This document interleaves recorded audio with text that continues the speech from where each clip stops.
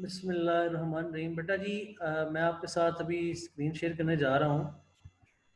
जो अर्बनाइजेशन के बारे में हम पढ़ रहे थे उसको आज हम वाइंड अप करेंगे। और आज हम ये जो मसाइल हैं अर्बनाइजेशन के वाले से, ये जितना हमने इसके बारे में पढ़ा है, जिन चीज़ों की वजह से अर्बनाइजेशन होती है उसके डीमेरिट्स जो हैं,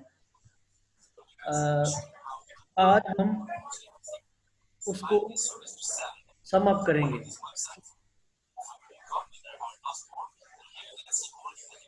अब्दुल्ला शफीक, यार अपने माइक बंद कर दो सब। अब्दुल्ला शफीक बेटा, आप प्लीज सारे माइक बंद कर दें अपना। Done sir.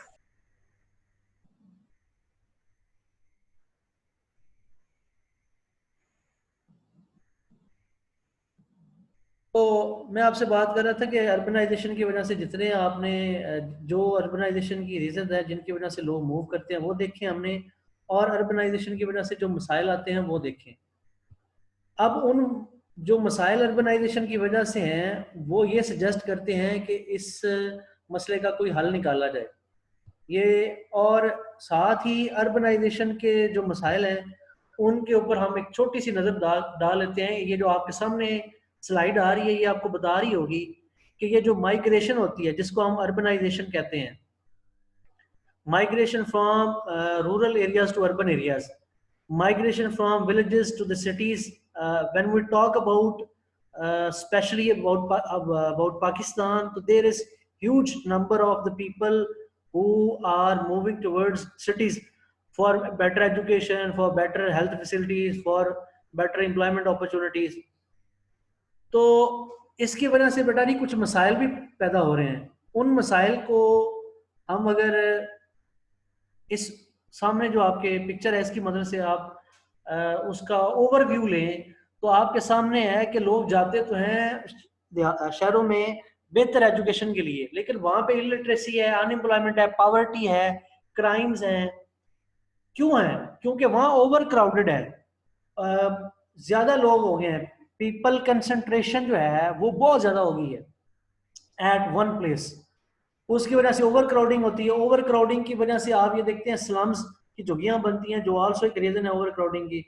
फिर जो उस शहर का गवर्नेंस सिस्टम है, education system, health system, employment के जो अदारे हैं उनके ऊपर एक बर्डन आ जाता है, जिसकी वजह से बेटारी वहाँ पे एक ट्रैफिक कंजेशन भी होती है, कम्युनिकेबल डिजीजेस भी पैदा होते हैं, अनहाइजेनिक कंडीशन भी हो जाती है, और साथ में लाइफ स्टाइल जो लोगों का वो मुतासर होता है, और एक्सीडेंट होते हैं और क्राइम्स बढ़ते हैं।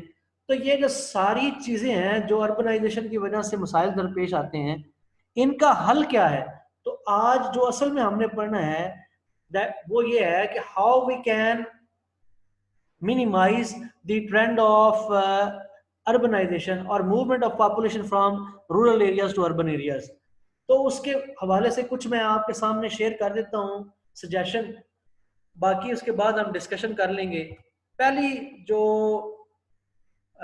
हल है वो है कि लोग सबसे ज्यादा मूव इसलिए शहरों में करते हैं वो कि वहां पे उनको इकोनॉमिक अपॉर्चुनिटीज ज्यादा नजर आती हैं, बिजनेस की अपॉर्चुनिटीज, उनको एम्प्लॉयमेंट अपॉर्चुनिटीज, और उनको इन्वेस्टमेंट अपॉर्चुनिटीज ज्यादा नजर आती हैं। तो क्यों ना देहात के अंदर ही ये सारी फैसिलिटीज दे दी जाएं, रूरल एरियाज के अंदर ही। तो पहली ये जो तीनों सजेशन आपके सामने नजर आ रही हैं, मैं आपसे गुजारिश करूंगा कि आप एक दफा इन तीनों को गौर से सुने और पढ़ें। The most effective way to tackle urbanization is to make the economy of rural areas fully viable. यानी कि अगर रूरल एरियाज की इकोनॉमी जो है वहाँ इकोनॉमिक एक्टिविटी हो जाएगी तो ये आसान हो जाएगा लोगों के लिए कि अपने घर के करीब ही उनको रोजगार मिल जाएगा। नंबर 2 है rural economies can be strengthen if the government undertakes a massive rural development program. Number 3 बेटा जी है, यानी कि अगर गवर्नमेंट, सॉरी मैं आपको पहला दूसरा एक्सप्लेन कर देता हूँ पॉइंट, कि रूरल डेवलपमेंट अगर गवर्नमेंट उसको सीरियसली ले, वहाँ पे इकोनॉमिक जो एक्टिविटीज हैं उनको बूस्ट करे, तो होगा ये बेटा जी कि लोग शहरों की तरफ नहीं आएंगे। नंबर 3 है surplus rural man power should be absorb in the villages themselves so as to reduce rural to urban migration. अगर जो माइग्रेशन है आपने देहात से, रूरल एरिया से अर्बन अर्बन एरियाज में अगर आपने रोकनी है, तो वहाँ जो देहात में लोग फ्री फिर रहे हैं उनको आप एड्रेस करें, उनको आप इकोनॉमिक अपॉर्चुनिटीज दें, ताकि वो देहात के अंदर ही उनको जॉब मिल सके। अगर देहात के अंदर उनको जॉब मिल जाएगी, अगर देहात के अंदर वो सरप्लस लेबर एब्जॉर्ब हो जाएगी, उसके लिए मुख्तलिफ काम किए जा सकते हैं। एग्रीकल्चर सेक्टर के ऊपर तवज्जो दी जा सकती है, प्रोडक्टिविटी बढ़ाई जा सकती है, तो उससे होगा ये कि बेटा जी आप जो सरप्लस लेबर है वो शहरों में नहीं जाएगी। नेक्स्ट बेटा जी आपके पास है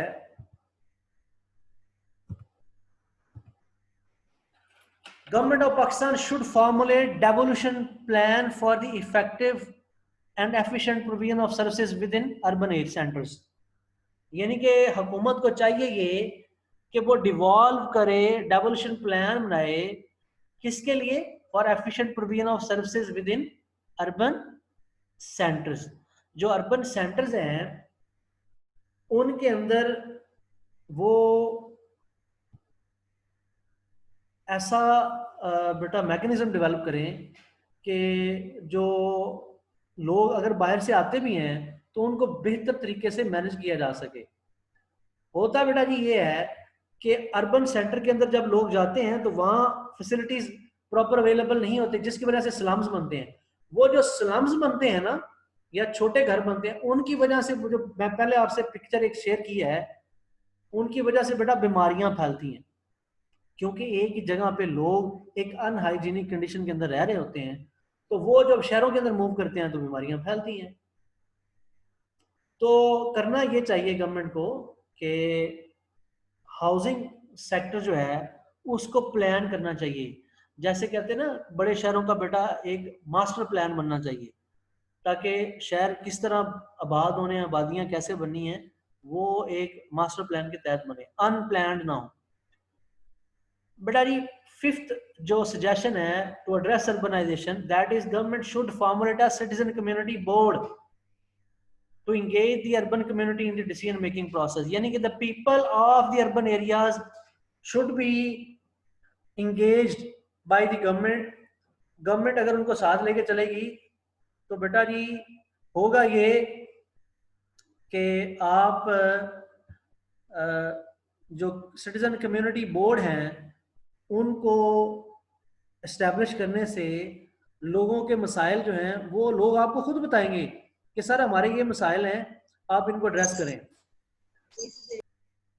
अगर अब आपने बेटा जी जो सर्व करना है हुकूमत ने, वो सर्व करना है लोगों को, तो लोग बताएंगे कि हमारे मसाइल क्या हैं। तो अर्बन एरियाज में सिटीजन कम्युनिटी बोर्ड्स होने चाहिए। बेटा जी six and most important reason है, government of Pakistan should move toward sustainable urbanisation. अब सस्टेनेबल अर्बनाइजेशन से मुराद क्या है? सस्टेनेबल अर्बनाइजेशन से मुराद बेटा जी ये है कि एक अर्बनाइजेशन का प्लान होना चाहिए।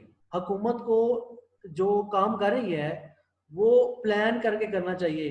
कि अब आप फैसलाबाद की मिसाल लें, आपको फैसलाबाद हर अतराफ से फैलता हुआ नजर आ रहा है। बीच में आपको देहात नजर आएंगे, बीच में ही आपको कॉलोनियां नजर आएंगी, बीच में आपको एग्रीकल्चर लैंड नजर आएगी, बीच में आपको फैक्ट्रियां भी नजर आएंगी। तो गवर्नमेंट को करना क्या चाहिए? एक सस्टेनेबल तरीके से काम करना चाहिए। और वो सस्टेनेबल अर्बनाइजेशन क्या है, ये आपके सामने इसकी एक्सप्लेनेशन है, government of Pakistan should move toward sustainable urbanisation.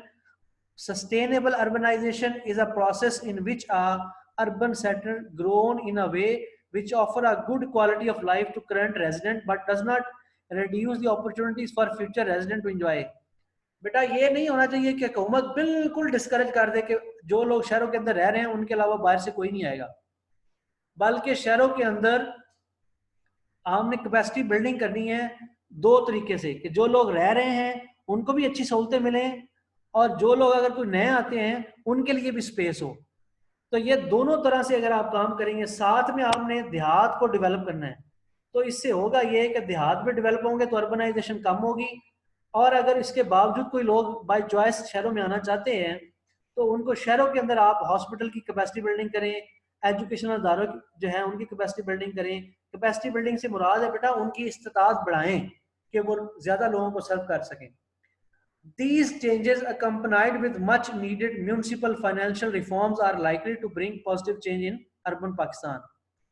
ये जो मैंने आपके सामने बेटा जी 6 सजेशन रखी हैं जिनकी मदद से आप अर्बनाइजेशन को कंट्रोल कर सकते हैं और अर्बनाइजेशन को मैनेज कर सकते हैं. इसके साथ लास्ट जो सजेशन है वो ये है कि हर शहर, जो बड़े शहर होते हैं उनके अंदर बेटा म्यूनिसिपल डिपार्टमेंट्स होते हैं. अब जैसे फैसलाबाद के अंदर फैसलाबाद की एक अथॉरिटी है, फैसलाबाद डेवलपमेंट अथॉरिटी, 7 टाउन्स हैं. इसी तरह लाहौर के अंदर एफडीए है, साथ में म्यूनिसिपल डिपार्टमेंट्स हैं और म्यूनिसिपैलिटीज हैं, टाउन्स हैं.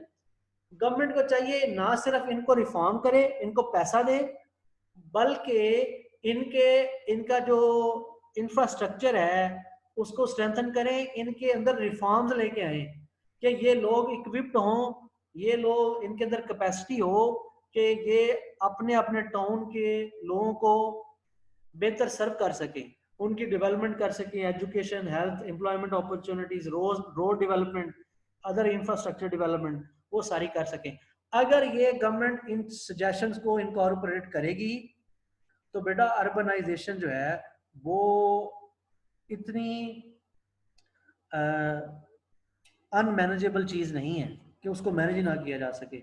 लेकिन जब आप छोड़ देंगे इसको आबादी के लोगों के रहमो करम पे, फिर आपको बड़े शहरों के इर्द गिर्द झुग्गियां भी नजर आएंगी, स्लम्स भी नजर आएंगी, स्लम्स एरिया नजर आएंगे, अनहाइजीनिक कंडीशन में रहते हुए लोग नजर आएंगे, अस्पतालों में लोग बेड के बगैर पड़े हुए नजर आएंगे और ट्रैफिक कंजेशन भी नजर आएगी. ये बेटा जी आज का आपके साथ ही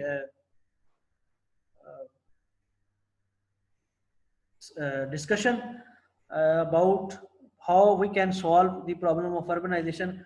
Now if you have any question regarding our today's lecture तो आप कर सकते हैं अगर आपके ज़हन में कोई सवाल है तो. जी please, any question.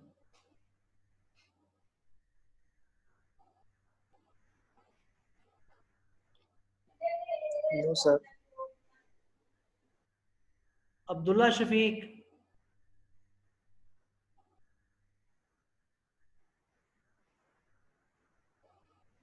All clear sir. Okay.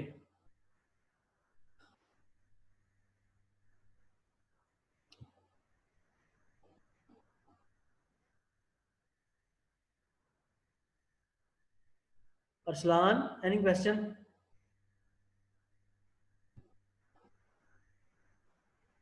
No sir.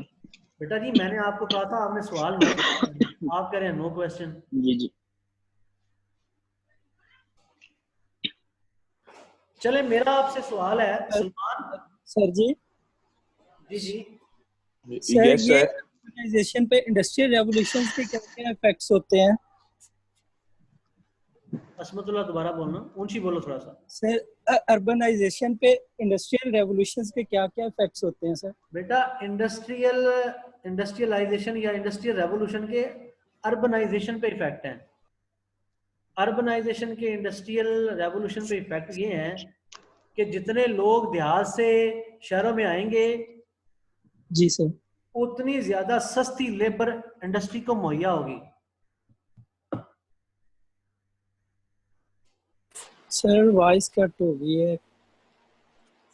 बेटा डोंट वरी, इसकी आपको वीडियो मिल जाएगी नेट पे, don't worry. Okay okay sir. हाँ जी,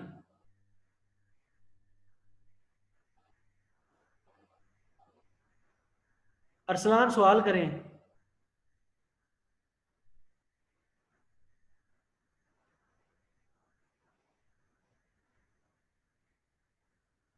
अस्सलाम वालेकुम सर। वालेकुम सलाम। सर गवर्नमेंट गांव में लोगों को कैसे रोजगार दे सकती है? बेटा बड़ा अच्छा सवाल किया है। मैं आपको एक छोटी सी मिसाल देता हूँ। जो जी। दुनिया के अंदर डेवलप ममालिक है ना, वहाँ पे लोग एग्रीकल्चर सेक्टर में पढ़े लिखे लोग भी हैं, यहाँ तक कि लोगों ने एग्रीकल्चरल इंजीनियरिंग की होती है और वो देहात में काम कर रहे होते हैं। मेरे और आपके बुजुर्ग पुराने तरीकों से ही एग्रीकल्चर को कर रहे हैं। नतीजा ये है कि हमारी जो पैदावार है इस वक्त दुनिया के अंदर, लोग चावल की 70 मन पैदावार फी एकड़ लेते हैं और हम 35 36 40 मैक्सिमम बस। तो बेटी, सर ऊपर तो जा ही नहीं रही।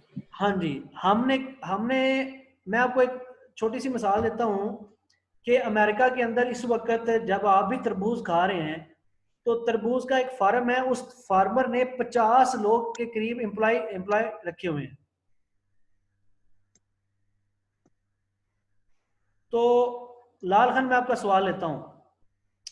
तो उसका जो बेटा है 16 साल का, वो भी उधर फार्म में काम कर रहा है। उससे पूछा वो एंकर ने कि आप क्या करना चाहते हैं। उसने कहा मैं एग्रीकल्चर इंजीनियरिंग पढ़ूंगा। तो बेटी सायरा, देहात के अंदर जी। डेयरी फार्मिंग हो सकती है। देहात के अंदर जो छोटी दस्तकारियां बनाने वाले जो हुनरमंद हैं, उनकी छोटी सनतें लगाई जा सकती हैं। एक पढ़ा लिखा नौजवान अगर जाके घर में कहता है कि मैंने डेयरी फार्मिंग करनी है, या मैंने कोई गोट फार्मिंग करनी है, या कोई और मैंने काम करना है, तो लोग कहते हैं ये आपको पढ़ाया किस लिए। वो ये नहीं समझते कि ये 15,000 20,000 25,000 की नौकरी से बेहतर है आप अपना काम शुरू करें। तो ये देहात के अंदर हुकूमत को चाहिए कि जो नौजवान पढ़े लिखे हैं उनको बगैर सूद के कर्जे दें ताकि वो अपना फार्म शुरू करें। सर कुछ लोग होते हैं कि मतलब पढ़े हैं लेकिन वो फिर भी देहात से शहर जाना चाहते हैं। हाँ जी, हाँ जी। वो क्यों जाना चाहते हैं कि वहाँ पे उनको, वो समझते हैं कि वहाँ पे तालीम, रोजगार, सेहत के मौके ज़्यादा हैं। अगर यही चीज़ें देहात में आ जाएं तो लोग देहात से नहीं जाएंगे। लाल खान। अस्सलाम वालेकुम सर। वालेकुम सलाम। जी जी, सवाल। सर मेरा क्वेश्चन ये है कि हम वो क्राइटेरिया क्या है जिस पे हम डिसाइड कर सकते हैं ना कि ये वाला रीजन मतलब रूरल एरियाज में शामिल होता है या अर्बन एरियाज में, क्या क्राइटेरिया जिस फैसिलिटीज हैं या इंडस्ट्रीज हैं वो नो नो नो नो कौन से क्राइटेरिया पे हम डिसाइड करते हैं? बेटा जी, there is no as such pet criteria, but the criteria which can be easily understood or visible वो ये है कि बेसिक जो सर्विसेज है ना लाल खान, बेसिक सर्विसेज में क्या क्या चीजें आती हैं। यस। शहर को आप शहर क्यों कहते हैं? Education, health.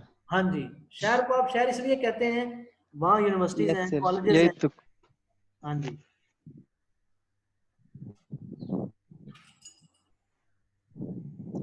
प्लीज। सर अगर यही सारी फैसिलिटीज अगर देहात में मौजूद हों तो? बेटा वो देहात में आ जाएंगी ना, तो वो जो देहात है वो एक किस्म का छोटा अर्बन एरिया बन जाएगा। ठीक है, वो उसको आप फिर रूरल एरियाज नहीं गिनेंगे, आप उसको अर्बन अर्बन एरिया में काउंट कर सकते हैं आप उसको। जैसे मैंने आपको एक कहा, एक होता है अर्बन एरिया, एक होता है पेरी अर्बन एरिया, या पेरी अर्बन या प्री अर्बन एरिया। तो आहिस्ता आहिस्ता वो एरिया डेवलप होके अर्बन एरिया के बराबर आ जाएगा। ठीक है अहमद अजीज। ओके। सर बेसिकली फैसिलिटी से ये नहीं है कि वो अर्बन एरिया में आ जाए, लेकिन बेसिकली ये ना कि जैसे हम बाहर के कई डेवलप्ड कंट्रीज हैं, यूरोप के या अमेरिका वगैरह में, उनके जो रूरल एरियाज है वहाँ पे उन्हें बाकी इस तरह की हेल्थ की फैसिलिटीज और जो साफ दुकानों से मतलब खाने की फैसिलिटीज, एजुकेशन की फैसिलिटीज, वो उन्हें अपने रूरल एरियाज में मिल जाती हैं। बात आपकी बिल्कुल ठीक है, लेकिन हम अर्बन सेंटर को अर्बन सेंटर कहते हैं इसलिए कि वहां पे ये फैसिलिटीज होती हैं, और नंबर 2 इंपॉर्टेंट चीज, वहां पे कंसंट्रेशन ऑफ पॉपुलेशन हो जाती है, ठीक है ना। देहात में अगर आप ये फैसिलिटीज दे दें तो अहमद अजीज की बात बिल्कुल ठीक है, वो अर्बन एरिया तो नहीं कहलाएगा लेकिन डेवलप एरिया हो जाएगा। हाँ जी, ठीक कह रहे हैं आप।